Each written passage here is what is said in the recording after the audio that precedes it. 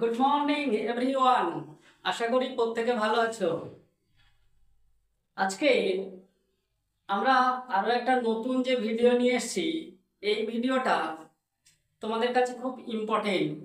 যারা ক্লাস 12 এর third semester পরীক্ষা দেবে, তোমাদের পরীক্ষার কিন্তু আর বেশি দেরি নেই। তোমাদের পরীক্ষা আজ থেকে সর্বোচ্চ হয়তো মাস দেড়েক তোমরা সময় পাচ্ছ, কিন্তু অনেকেই যে আমাদের থার্ড সেমিস্টারে যে কোন কোন বিষয় নিয়ে বা কোন কোন মানে দর্শনে কোন কোন অধ্যায় আমরা পড়বো বা কোন অধ্যায়ে কত নম্বর রয়েছে, আমাদের অনেকের হয়তো এখনো জানা হয়ে ওঠেনি। সেই বিষয় সম্পর্কে আজকে আলোচনা করব। এছাড়া যে সমস্ত বন্ধুরা, ছোট ছোট ভাই বোনেরা যারা এখনো পড়াশোনার মধ্যে প্রবেশ করতে পারোনি, তাদের ক্ষেত্রে তারা বিশেষ করে আমার চ্যানেলটা ফলো করো। তাদের জন্য আমি ক্লাস 12 এর থার্ড সেমিস্টারে আমি অধ্যায় ধরে ধরে ইম্পর্টেন্ট কোশ্চেন তোমাদের সামনে নিয়ে আসতে চলেছি, যেগুলো পড়লে আশা করি এখান থেকেই তোমরা 5 নম্বর ভালো নম্বর পেয়ে যাবে। আমি এক একটা অধ্যায়ে যে ইম্পর্টেন্ট কোশ্চেন যেগুলো নিয়ে আসবো তোমাদের সামনে, সেইগুলো তোমাদের থার্ড সেমিস্টারের জন্য খুব ইম্পর্টেন্ট হবে। আর এটাও জেনে রাখতে হবে যে প্রত্যেকটা অধ্যায় থেকে আমাদের কি পড়তে হবে। আমরা হয়তো জানি, আমরা অনেকে অনেক বড় বড় টিচারের কাছে পড়ে থাকি, এক একটা অধ্যায়ে আমাদের অনেক অনেক পড়তে হয়, কিন্তু আমি তোমাদের বলছি প্রত্যেকটা অধ্যায় থেকে আমি কি আলোচনা করি তোমরা একটু খেয়াল রাখো। কারণ এক একটা অধ্যায় থেকে অনেক কম পড়েও অনেক বেশি কমন পাওয়া যায়, তোমরা হয়তো এটা জানো না। এই যে আমাদের প্রথম অধ্যায় এখানে রয়েছে, দেখতে পাচ্ছি আমরা দ্রব্য। এই যে দ্রব্য অধ্যায়ে আমাদের কি পড়তে হবে সেটা কিন্তু আমাদের জানতে হবে। আমরা হুবহু এই অধ্যায়ে এ টু জেড কি আছে সবই পড়ে ফেললাম, পড়ে দেখছি মনে রাখতে পারছি না, অনেক পড়া হয়ে যাচ্ছে, তাতে আমার পক্ষে টাফ হয়ে যাচ্ছে। এই সমস্ত সমস্যাগুলো দূর করার জন্য আমার চ্যানেলটাকে ফলো করো। আমি প্রতিদিন তোমাদের জন্য অধ্যায় ধরে ধরে ইম্পর্টেন্ট কোশ্চেন নিয়ে আসতে থাকবো। এছাড়া আরো কিছু কথা তোমাদের জানা দরকার, বা আমি বলছি শুনে রাখো, যে আমরা আন্দাজেও কিছু শর্ট কোশ্চেন সঠিক করতে পারি। সেসব টিপস আমি পরপর নিয়ে আসবো, আমার ভিডিওগুলো তোমরা পরপর দেখতে থাকো। তাহলে যে বা মানে আশ্চর্য হলেও সঠিক, যে আন্দাজে আমরা সঠিক উত্তর নির্বাচন করতে পারবো। তা আজকে যে আমরা 12 এর থার্ড সেমিস্টারের বিষয়গুলো নিয়ে আলোচনা করছি, যেমন ইউনিট 1।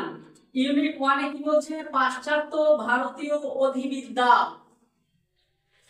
আচ্ছা, এটা বলার আগে আমি আরেকটু বলে নিই।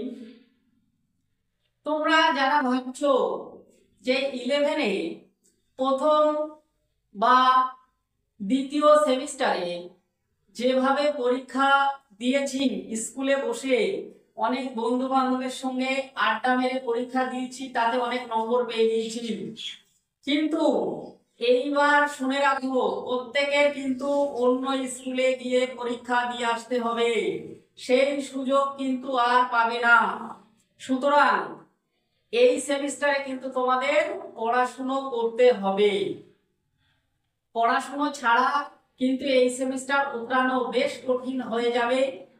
এইবার যারা মনে করছো যে আমার তো পড়া হয়নি, আমার তো কিছু রেডি নেই, তাদের উদ্দেশ্য করে আমি বলছি, তারা অন্তত আমার চ্যানেলটাকে ফলো করো, আমার চ্যানেলের সঙ্গে থাকো।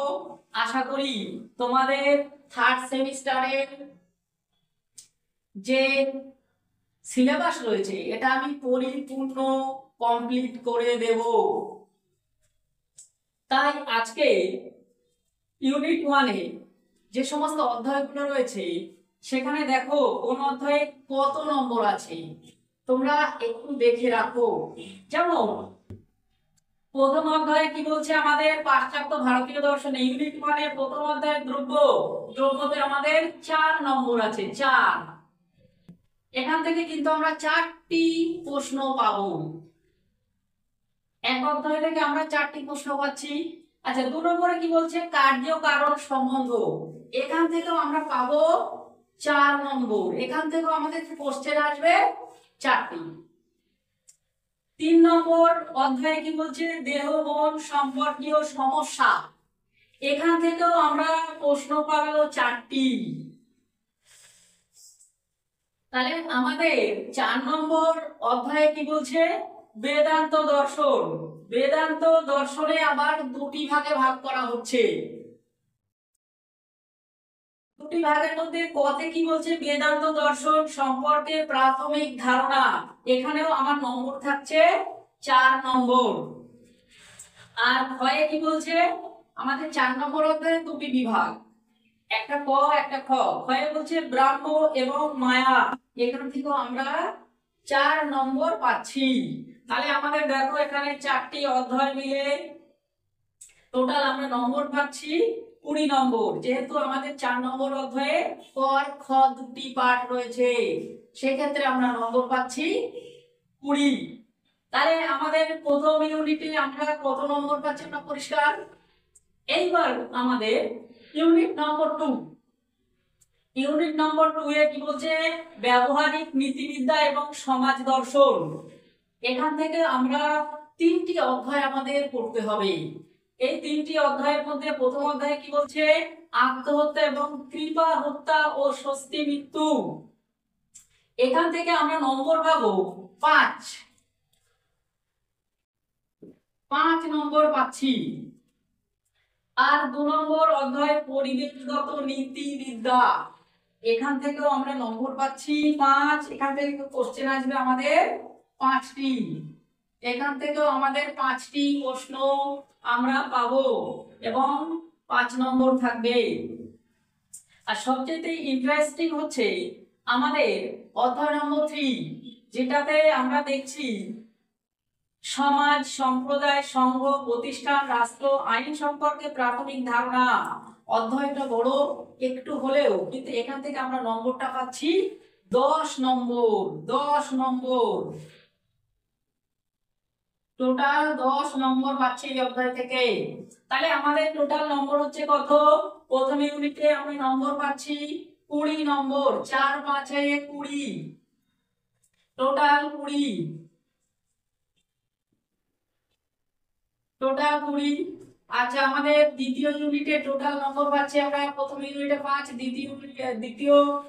প্রথম অধ্যায়ে 5, দ্বিতীয় অধ্যায়ে 5 এবং তৃতীয় অধ্যায়ে 10, টোটাল এখানেও আমরা পাচ্ছি 20 নম্বর।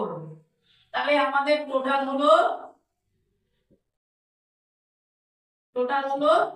40। তবে তোমরা অনেকে ফার্স্ট অথবা সেকেন্ড সেমিস্টার পরীক্ষা দিয়ে এসছো, কিন্তু আমাদের ফার্স্ট আর থার্ড সেমিস্টার হচ্ছে এমসিকিউ টাইপের বা এমসিকিউ কোশ্চেনের আমাদের পরীক্ষা দিতে হয়। তাই অনেক হয়তো ইজিলি ভাবছো যে এমসিকিউ পরীক্ষা এমনিতেই হয়ে যাবে। এখানে এই যে 11 12 এর ফার্স্ট সেমিস্টার যারা দিয়ে এসছো তারা তো জানো থার্ড সেমিস্টারে এটা কিন্তু বোর্ডের পরীক্ষা, এটা কিন্তু স্কুলের কোনো হাত নেই এখানে। তাই এখানে কিন্তু এমসিকিউ টাইপের কোশ্চেন হলেও এখানে কিন্তু বিভিন্ন রকমের কোশ্চেন থাকে, যেমন ডান দিক বাঁ দিক মেলাতে হয়, ব্যাখ্যামূলক কোশ্চেন থাকে। এছাড়া মানে ডান দিক বাঁ দিক বা ব্যাখ্যামূলক, এছাড়া আরো বিভিন্ন ধরনের কোশ্চেন থাকে। শুধু এমসিকিউ যে আমরা পড়লাম আর উত্তর করলাম, এত সহজ নয় কিন্তু। এই সেমিস্টারে বেশ কিছু শেখার পাঠ রয়েছে, তাই আমার ভিডিওটা তোমরা ফলো করো, তাহলে কি হবে, তোমাদের অনেক কিছু পরিষ্কার হয়ে যাবে।